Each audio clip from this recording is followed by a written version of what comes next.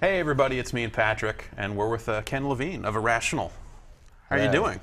I'm good. Great. Glad to be here. Great, awesome. It's great to have you here. You've been on the road for a bit. Yeah, we were.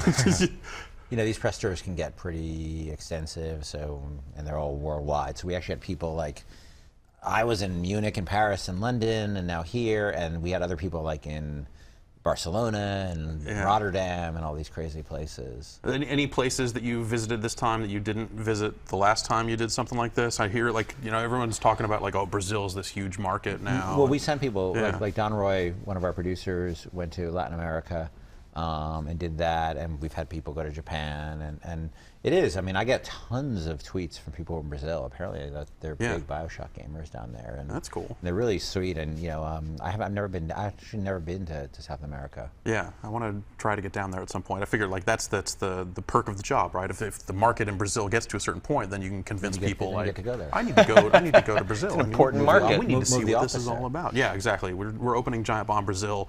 It's actually just Giant Bomb. And you're all getting Brazilians that day. Exactly. I mean, I try to company expense. You stay clean. Yeah, okay, yeah, good. exactly. I was hoping, because I was wondering if. Right. I mean, just in case, you know, what if I got hit by a car? No, Jeff has a really nice landing strip. Well, you know, I try to look presentable. This is important to me as a man. So you've been out there talking up BioShock Infinite. Yes. It's almost out. Yeah, a week from today. Yeah. Well, from when we're recording this, I don't know. Right. Yeah. I guess it'll actually be. We'll probably run this. I don't know. Close enough. A week from today. A week from today. Like right now. Yeah. So, gosh, the first time you and I talked about this, I came out to Boston. It was not too long. I guess it's a little over 2 years ago. Yep. What's happened between now and then? Not much, you know. Finishing a game. It was pretty much done at that point, right? And everything else has just been this elaborate ARG sort of. Absolutely. Yeah. We're finished. We just wanted to keep it under wraps. I think that's smart. You know, you need to find the right window to release something like this, and we decided to wait till the spring of the end of the console generation. Right, yeah. Just slip it out right there. Yeah. Cleverly. Yeah, you know, you came out. I think you guys saw it right. You know, we had shortly after we had our first public showing. Yeah. And you guys weren't able to come to that, so we definitely wanted to sit with you and show it to you. Yeah. And then, you know, then we showed it again at E3 in 2011. I think you saw it. Yeah, I did see it then. And that demo was really the one that I think that sort of was like, okay, you know, because when you're doing it, I mean, you guys are writers, so, you know, it's weird when you're going out and you're showing your early drafts of things, right. You know? And so that was where we really said, okay, this is really the game we want to make. And so, but, you know, the challenge has been then, after we went back from E3, it's like, oh, that's the game we want to make. And like what it meant in terms of complexity and the scale and Elizabeth and Skylines and all those things that we knew we were going to do, but we didn't really fully realize until we built that demo the complexity it would entail. Right. Because the demo is sort of like, and a lot of developers talk about this when they craft their E3 stuff, like they're scripted in a way that they hope the game to eventually play out naturally and dynamically because you want to show it in the best possible light. Because if you were to show the game in just a complete raw playthrough, not many people are prepared to kind of see between the seams for where a game is at in that stage of development. Yeah. I think it's tough for people to recognize like how rough games are until they're nearly done. Like a lot of games. I mean, some games, guys like, you know, there are some companies that just can afford, like Blizzard or something, to just like, you know, have it a year of beta testing, right. Public beta testing and stuff. But the game is really raw. So in order to show it to people, sort of get people a sense of what they're getting into with the game, you really want to build these demos, and they're designed. They're actual in-engine and they're actual stuff going on, but they're designed to be, you know, that's why, you know, it's not like, here, go play the game. So that actually, you did that, like as part of the whole E3 judging situation. Yes. There was that playable demo, and then there was very literally a here, but yes. It was limited. We're going to let you walk around this store yes, to prove to you that this was actually interactive. You know, when we went out, and that's why we went silent for so long, though, because once we had shown that, we realized we're not going to show, people get the idea of what we're trying to do. I mean, we're not going to go out and construct anything else that is not the actual game. So the next time we showed it was had an event in last December when we basically the game was done. We said, Right. here's the first 4 hours of the game. Here it is. See you later. Because we had all these questions about the game, about like, oh, is it in trouble? Is it this and that? And it's just not. It's not meaningful for me to engage on this stuff. I just knew we'd give people the controller, and they would say whether the game was good or not. I mean, it's at the end of the day, who cares what I say? And at the end of the day, I mean, to some extent, it seems like every game is in trouble at some point in its Every development. game I mean, is not like necessarily. I mean, they're always going to be. every game is complete shit at some point until it becomes like the thing you want it to be at the end. Like Thief, I remember Thief in particular, though I wasn't working on it at the end, I was in the studio because we were doing System Shock 2. There was no game, literally nothing, no game at all until about 2 weeks before they finished. They had these giant levels to walk around in, and they ended up chopping the levels like in half, each of the levels, because they were just too big. And I can see the gamers going, "Why you cut content from the game?" No, there's just like giant emptiness to walk around and no real gameplay. And finally, and this happens sometimes, there's a day where enough of the things that were broken sort of come together, and you go, "Oh!" It's like everyone starts checking into the trunk instead of their own Exactly. little sandbox, and And enough bugs get fixed that like things that weren't working, that like, imagine Thief without the AI sort of recognizing you, Right, yeah. or that sort of scaling up of their interest in you. And BioShock there was a day, probably in late October actually, we were working on a game, and I was driving, maybe early November even. I was driving home, and when you're working on these things, you just sort of put your nose to the grindstone and you just work. And if you're going to be successful, you can't spend a lot of time going, "Oh my God, is the game going to be good? Is it going to be good?" You just have to work, because the only way a game gets good is working on it. Right. You just polish that diamond, or that rock, depending on what it is. And I was driving home one night, and I sort of like, this little voice in my head said, "Yeah, all right, it's going to be okay." And at least from where I'm saying, I can't tell you how you guys are going to feel about it. But I realized that the game I thought from my perspective, we are going to achieve the goals we set out to achieve. But it was, it's pretty late. It happens generally fairly late, for us at least. It happens fairly late. yeah, that seems to be not a complete consensus. Not like you said, Blizzard and stuff like that. They work on a kind of a different timeline, but it seems like that is a pretty common story across a lot of game development. I think people have a lot of misconceptions about game development. In sense of the kind of, because there's no map. It's not like, like if you're doing a new version of Microsoft Office, there's some features, and there's a fair degree of predictability, because the delta between one version and the other is pretty small. Right. The delta between BioShock 1 and BioShock Infinite is, it's infinite. Right. There's really almost no overlap, which is weird for a sequel. Usually, if you look at the Venn diagram of 1 and 2, It's there's like, a lot of overlap. Let's leverage this tech again, or whatever business reason stuff, right? And we had almost no overlap, and so that added a huge level of unpredictability along the way. But to me that's both the horrible part of game development and also the thrill of game development. Is you really feel like you're out there, and sometimes you feel like you're out there without a net, and that can be really scary. But also, those are the places where the best work comes out of, like the stuff that's always the scariest. The Big Daddy in BioShock 1 didn't work. So the shark in Jaws, And then one day, John Abercrombie and his team were like, "Oh, here, check it out now," and like it worked. And You're like, okay, this "Oh, is awesome." yeah. People were terrified. People were like, "Cut it, cut it, cut it, cut it, cut it." And same with Elizabeth in this game. Like she was our shark. She was our shark in Jaws again. Right. She didn't work. And we knew if we didn't have her, we didn't have a game. And then one day she worked, and that was really great. So how does it work? I mean, I feel like your games tend to have more of a narrative focus than many games out there these days. And how does that work, where you kind of have this story in mind, or a lot of times completely written, and then you're trying to fit the content into that? Like, what happens when that content isn't working? Do you have to be flexible with your story? God, and be like, okay, yeah. we need to rewrite these beats. Like, this whole thing isn't working. Like, we need to do this. Or You have to. I mean, they can't be in conflict. That's the thing. It's like the conflict has to get resolved, and quite often writing is the place where you can. It's the cheapest place let's to write resolve around it. this, and yeah, okay. Yeah, like we had, there's parts of the game that like we're like, well, this really isn't working, and we're going to change this, and it's like, okay, well, I now have to re-patch together the plot completely to make sure that absorbs it. And in general, that usually leads to that it forces you to re-examine your work. And Sure. there's not a single thing out there that couldn't be rewritten. You know, like everything. You guys are writers. Everything could be rewritten and make better. Well, hopefully, sometimes you rewrite it. I mentioned occasionally. You know, it's just first drafts going right up on the site for us. It's the internet, like whatever. It's not like it's going in a book. As you're typing it in, it's appearing on the screen. You know, we've joked about that actually, sometimes of like showing people like writing a review like in process, which is like a terrifying prospect to any of us. Like, but you know, I could probably do it, but you know, it's not something we have to do. Whereas opposed to you know, what you guys do, like when you show demos and stuff like that, you know, part of the marketing of a game is you have to get out there and show it early. Right. And then, you know, but you guys were fortunate enough, like, as a team, proven yourself.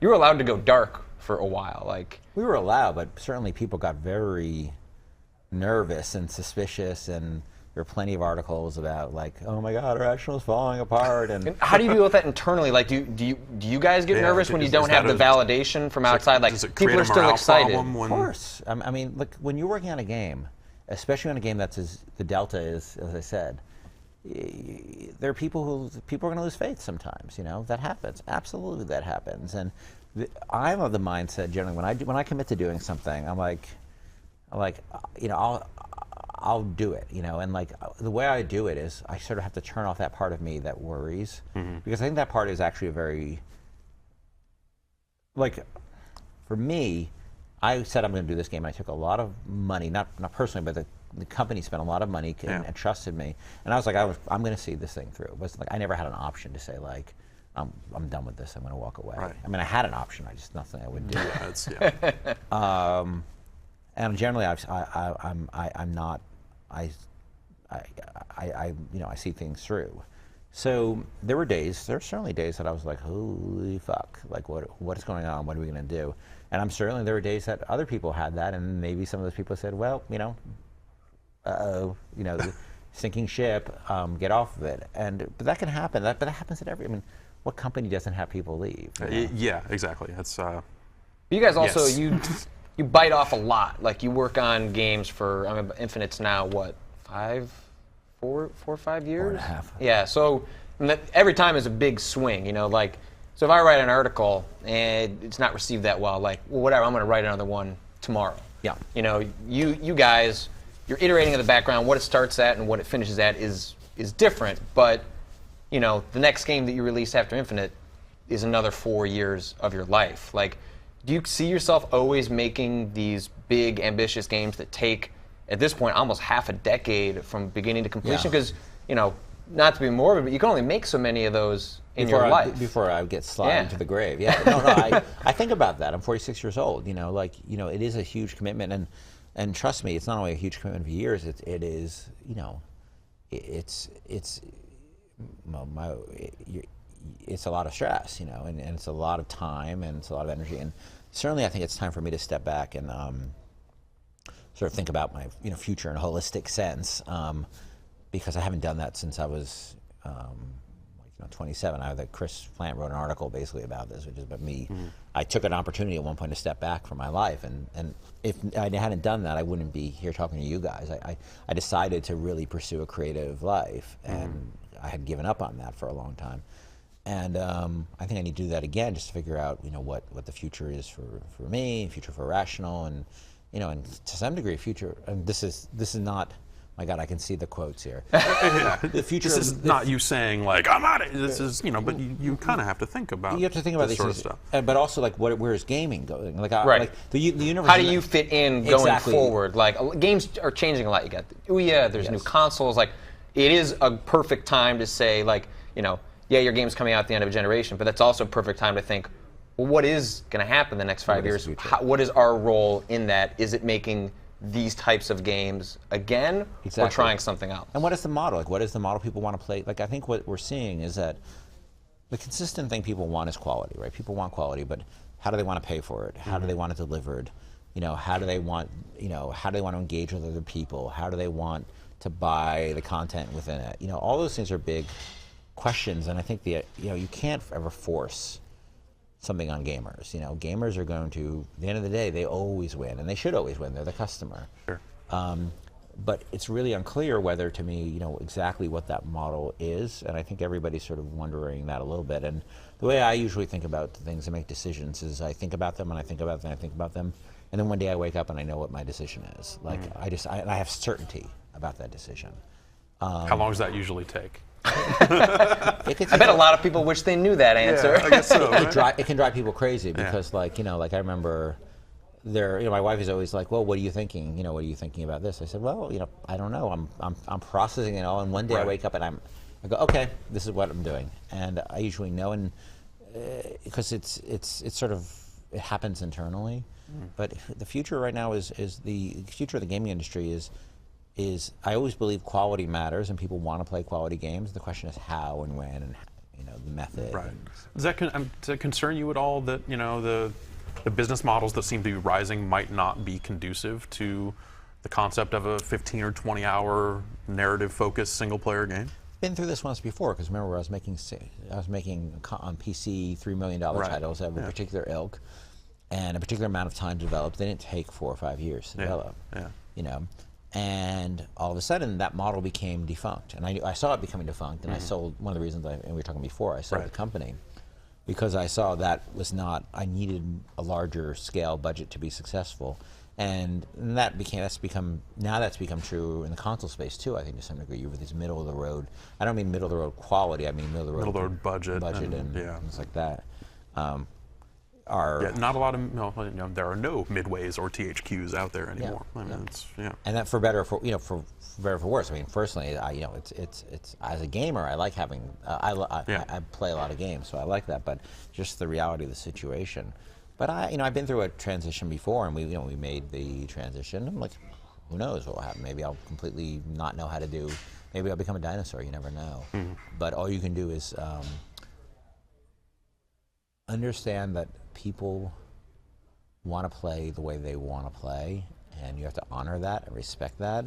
And you can't be the guy saying, "No, you guys are wrong." Right. We're going to drag you back into this other. Yeah. But there's also really encouraging things, like for people who like certain types of games, is that look at the Kickstarter model, where you all of a sudden have games that were concepts you never thought would never get greenlit at a publisher, would never make it in a retail setting because a new Planescape tournament game should not exist. Exactly. You only need 500,000 people to care about that and care passionately, and they do. I am like I think I've funded 53 Kickstarter things, and it's because I like the model. I really like the model. I like the fact that it brings. I like participating. I don't know. I just got this Pebble watch. Not liking it. I've noticed not it. liking it. You don't not liking it. I don't know. It's just all the watch faces look like garbage. You knew that when you the last 6 months. You'd be like, I'm not going to like it when it shows up. The thing that it reiterated for me is I just don't like wearing watches. So I just got it. I'm going to give it a couple of days here. And but you got caught up in it. But exactly, it was very much like get caught up in the Kickstarter mentality of this thing is really cool. But that's the thing. It is you're taking part in a speculative endeavor, and look, I'm not a person who goes to the stock market. I don't have a lot of stock or anything like that. But I like sort of these low risk speculative endeavors because for all you know you'll get nothing, but it's also fun to be part of the process and see it happen. I was wearing my Star Command T-shirt yesterday, and is that game ever going to come out? Who knows? Yeah. Am I ever going to get an Oculus Rift? Exactly. I assume so. If they're out on Jimmy Fallon, it's probably not like a total shell game, but yeah. I mean, you don't know, but I think. But to me, that and digital distribution lowers the barrier of entry, allows the gamers to say what they want, and I think that's incredibly powerful. And it allows them to participate, and I think that's incredibly powerful. And in a way that when we all, certainly you're a bit younger, Patrick, but when old dudes like us sort of got into this, there just was a very rigid model of box copies at the store. Right, and then shareware ended up being the first thing that you were like, whoa, there's some different way to even get games, and that was very powerful. It's like I need every episode of Jill of the Jungle. I need it right now. I can call up this 800 number and they will just send me the discs. That's pretty great. So I just started playing the game yesterday, and it's this hard thing of like, we're going to put this up before it's out, so we can't talk specifically about it. How far did you get? I am dealing with the gunsmiths issue right now. You got a good way in. Yeah, that it feels to me. It feels like it's about the halfway point-ish somewhere. Maybe a little earlier, but in the ballpark-ish. Right. Well, when I get back from PAX, I can play the rest of it, or something like that. It's been interesting because I don't do this a lot. Normally, in this line of work, like we're just bombarded with preview information on games, and you never get to keep you never know secrets, or you never get to keep a secret until the game is out, I guess. We hear about the story twists in things all the time, whether it's through development or whatever. And when you went dark with it, it gave me the opportunity to do the same. Yep. And it's actually been really thrilling because outside of coming out to see it and then seeing that E3 demo, like I haven't watched any of the trailers. I've been kind of deliberately like, when Alex went and played that first chunk of the game and wrote it up, I was like, I'm not going to read that. Right. I know I'm going to play this game. And it's been thrilling to kind of uncover the depth there, and there is a question in all of this, I swear. It's I'm trying to think like what's the way to frame it without necessarily getting specific. And I guess maybe you have gotten into it in some of the other interviews from what I've heard, but the themes of this game are heavier than I might have expected. Not necessarily in terms of being overbearing or anything like that, but they resonate a lot more in today's society than when BioShock came out, and which I guess eventually became a lot more relevant. Retroactively in sort of a weird way. You future-proofed your commentary. Right. Whereas is this game for all of its kind of taking place in the past and all that sort of, it feels very now. And was that a goal of yours at the outset? Well, it's always hard to now because now changes so much. Sure, like, yeah. There was one part where game takes place in 1912 at some point. A character mentions 2012, and everyone, I wonder if they thought about re-recording that to make it 2013. Yeah, it would have been more convenient if it was. But on the other hand, I wouldn't want to, I don't want to be cute about those things either. Sure. And like in the same way, like look, when you work on BioShock 1. In what is it, 2007? So 2012, there would be a vice presidential candidate who was a Randian named Ryan. Right. This was the plan all along. Yeah, it was planned. Like Yeah. I saw that all coming. Yeah. You just try to tell a good story, honestly, and you try to tell a story that's honest, and you try not to compromise in terms of where does the story want to go, and the story often it's a whisper at the beginning, but or not even a whisper, but it tells you what it wants to do and where it wants to go. And this is a story that, in the same way that you guys, write pieces, it's a story that I'm always very open to it saying, I really need to go this way, Ken, not that way. And I'm going to listen to people, on the team come up to me and say, really? Is that, where it's going? Because, we are very open to change at Irrational. Well, at least I am very open to change. And, I certainly am a rewriter. Writing is rewriting. And themes, sometimes you don't even know, as you play the game, and I don't want to spoil it for anybody, but the themes sometimes go places you don't even expect. And there are things that seem like an odd ingredient, but you realize are absolutely necessary. It's like, well, I did not know this thing needed nutmeg, but all of a sudden, the rug ties the room together. Sure, yeah. These unexpected things become part of a larger thought, and I can't wait to talk to you after you finish it. Yeah. Because we didn't set out to say let's hit a bunch of hot button topics. The game is about some particular thing, which I won't say. In the same way when you played BioShock 1.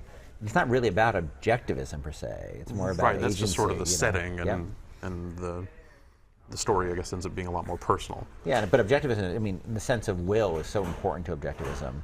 Sure. And so important to the story. So it was all tied together, but it wasn't a game about objectivism. You know? Sure. So in the same way that I don't think this is necessarily a game about racism or religion specifically, or nationalism or all those things, but they're all critical to where it's going. It almost seems like you can establish some certain broad themes that are just part of human history, and then you can sort of, whatever time period you're in, which is now, we can sort of project how that plays out for ourselves in society. But a lot of those themes of racism, xenophobia, none of that's new to society. It's just playing out in different ways. Well, it's racism and xenophobia are now presented. I mean, you know the term dog whistle. Yes. Are now presented, and for the members of the audience who don't know, it's when a politician says something in terms where his audience can understand it, but it sounds okay, like a racist or a xenophobic thing. Yeah. There was no. They didn't need to dog whistle back then. And so that's part of the interest to me of the period, is how honest. I mean, I don't mean that in a positive way, but just bold and forward, and just say what you mean, as opposed to everyone knows. As opposed to talking about our America. Yes, exactly. Yeah. And it was, and it was not, and it was a very interesting part of the time. And same with the advertising. There was a sort of transparency in the advertising, but now, and advertising is still lies, right? It's still selling you something. It's still like, especially lifestyle advertising. Sure. But back then it was just like, if you take this, your wife will love you more. Like it was just much more transparent. And now it's just like, now it's just a guy shaving and his wife comes up to his hot wife comes up to him and snuggles up to him, which is exactly the same message, but it's just done in a more subtle way. Yeah. Do you find when you're going around the world talking to people, like it seems like there's a much broader audience now, but like, do you get different questions? Like, do people focus on different things around the world more so than like the questions you get in America? Like, I'm curious if people are attracted to different things and what you've noticed as you've gone around promoting the game. I get the question, not that different. I get a lot of questions about like, are you nervous about people reacting to the themes of the game? I get that a lot, and the answer always is, I don't really think about it. Just tell a story. In terms of, the only question I get is like, do you think that people in Europe, for instance, if I'm in Europe, will be alienating that the game deals with American history so much? And my feeling about that is like, well, people like the game about, that dealt with objectivism, and people like Assassin's Creed and that deals with, I think that if it's a good story, people will come to it, and if it's not a good story, people won't. I think it's interesting that you talk about people asking like, oh, do you think people are going to be offended? It reminds me, I don't know if you've seen the HBO show Girls, but like Lena Dunham always gets, interviews with her, always talks about like, you're so brave to be naked on the show all the time and all that's, were you scared? And she said, well, I'm just telling a story. Just the best way for me to tell that story is just through this, rather than thinking about what people are going to say. Like I have this thing I want to say. If in the course of that it offends people or it causes a discussion, well, I'm trying to tell a story and I want to have an impact. That just happened as a consequence. And that's why I think, the show is surprising as it is because, I get questions like people saying to me like, oh, you should have a positive gay character, or you should have a positive this character, positive character. And that always sounds so uninteresting to me. Like, like look at BioShock 1, I'm of Jewish descent, I'm not religious, but, Cohen, Steinman, and Ryan are all, Jewish descent, and all not exactly guys you want to spend a lot of time with. Sure. They're not positive characters, they're not negative characters. Hopefully they're interesting characters. And I think what Lena Dunham is doing, and it's weird that she's a lightning bolt for so much criticism, like her show, I really like her show, but it's the most overanalyzed show on television, probably. Yeah. And I thought she was really smart. I don't know if she intended, but when she brought in, she had that black boyfriend for a couple of episodes, how she totally went, instead of... That seemed like a big FU to... Yeah, exactly. Like, because that happened at the beginning of season 2 with, she shot. Season 1 was in the can. Shot came out, and so then this was kind of the first reaction. And it was this big FU to like the blogging community, but also embracing that like it had been such a commentated on television show. But it was interesting to watch the artist reacting in that way, because I don't necessarily get the sense that like in your material you're necessarily commenting on the reaction to the game, or do you feel you've done that at all? No. I think she was able to do that in a more real-time way.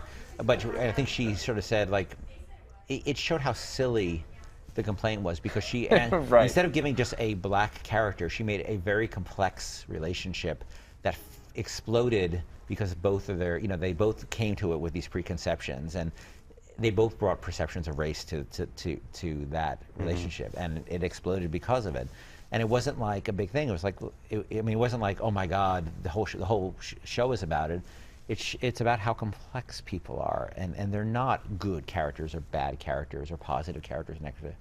Interesting characters are interesting characters, and in terms of in this game, I don't care about positive. I just don't care about positive characters. I care about telling a story, and that's hard enough to do without bringing some kind of agenda to it. And it seems like it's even harder to do in the context of a game. It's the thing that I think there's a lot of people out there that just say that game stories are never going to be good. They'll be good for a video game. For a video game, yeah. And when we go across the board and look at a lot of the other popular games out there, I start to see where they're coming from. It's stories that are thin and written just the thinnest thing possible to insert to give you some slight break from the action, whether it's jumping around or shooting people in the face or whatever it is. It doesn't matter, but it seems like more and more people are writing off the idea that we'll ever have game stories that truly matter. And I would want to know, what do you think of that? I mean, I think you're out there kind of doing work that disproves a lot of that.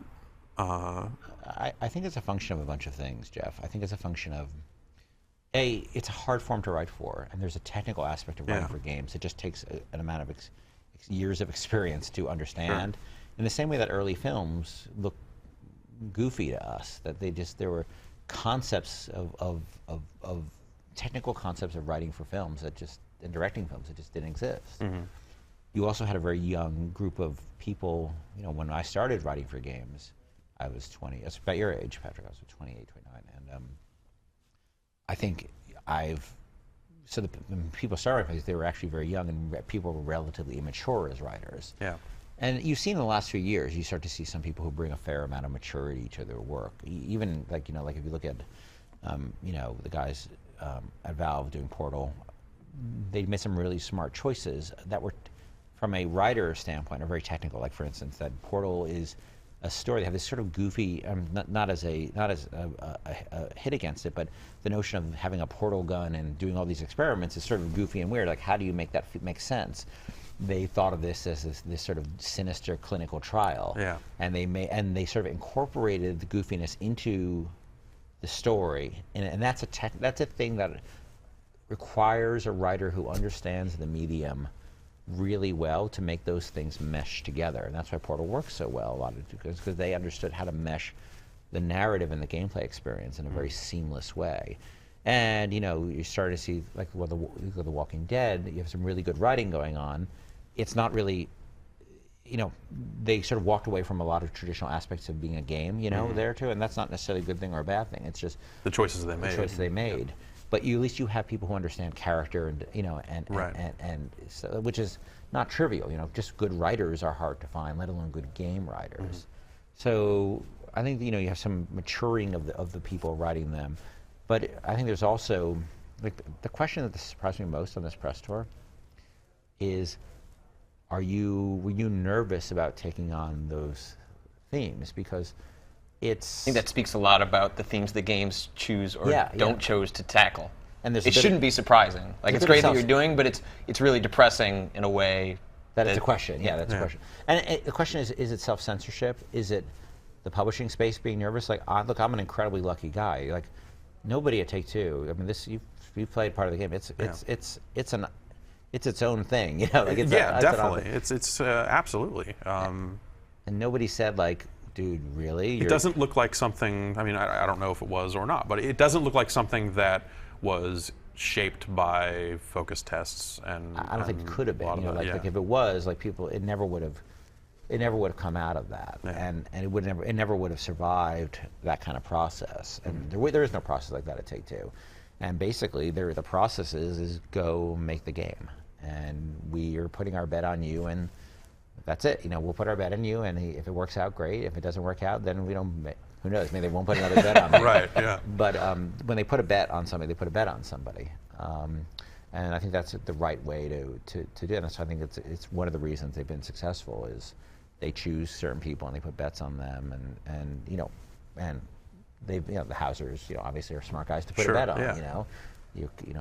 The good money's on them. And if you think you're going to go in there and tell Sam and Dan, make your game this way, A, they're not going to do it, and I guess they wouldn't do it. I don't know them that well. I assume they would say, go to hell. Right. Yeah. And B, you're a fool because they're two of the most talented guys in the world. Yeah. Ostensibly, Take-Two is in business with people like you and people like them for a reason, and that they have the trust to let you go do your thing. And I think I think the company is rewarded financially because of it.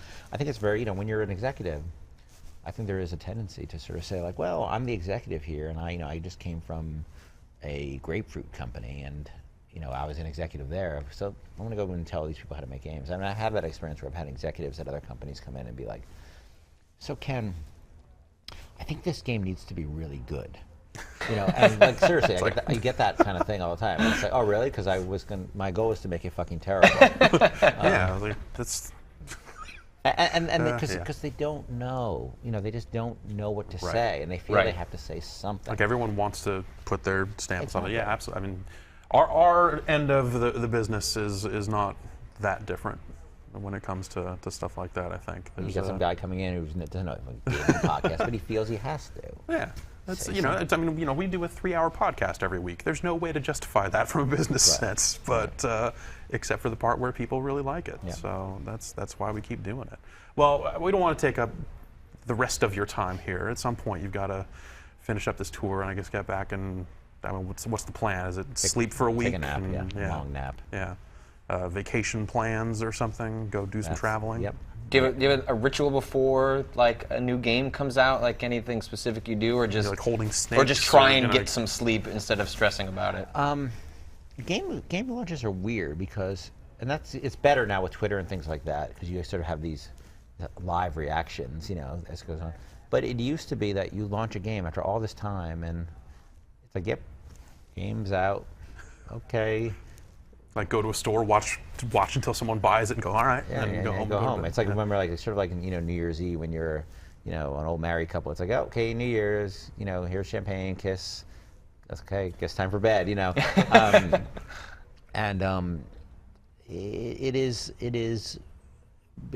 a lot different now. Like the amount of interaction I have with people over Twitter and stuff, and I have to control. Because I really like to answer their questions, and to some degree, like I have to control myself because I've become like Mr. Twitter spam, and I'm really been trying to tone that down. But then I have to leave all these questions unanswered, which is tough too, because people get frustrated. So the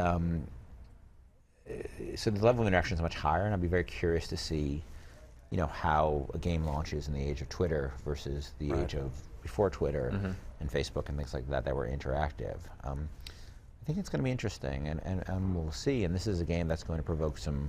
I'm guessing from talking to people, it's going to provoke, strong reactions. Not necessarily like outrage reactions, but it's gonna. People are going to think something, have an opinion on it one way or the other, a strong opinion on it one way or the other, and it's going to be interesting. Yeah. Well, I guess we've only got a week left to find out. So, I don't know. I'm looking forward to playing the rest of it.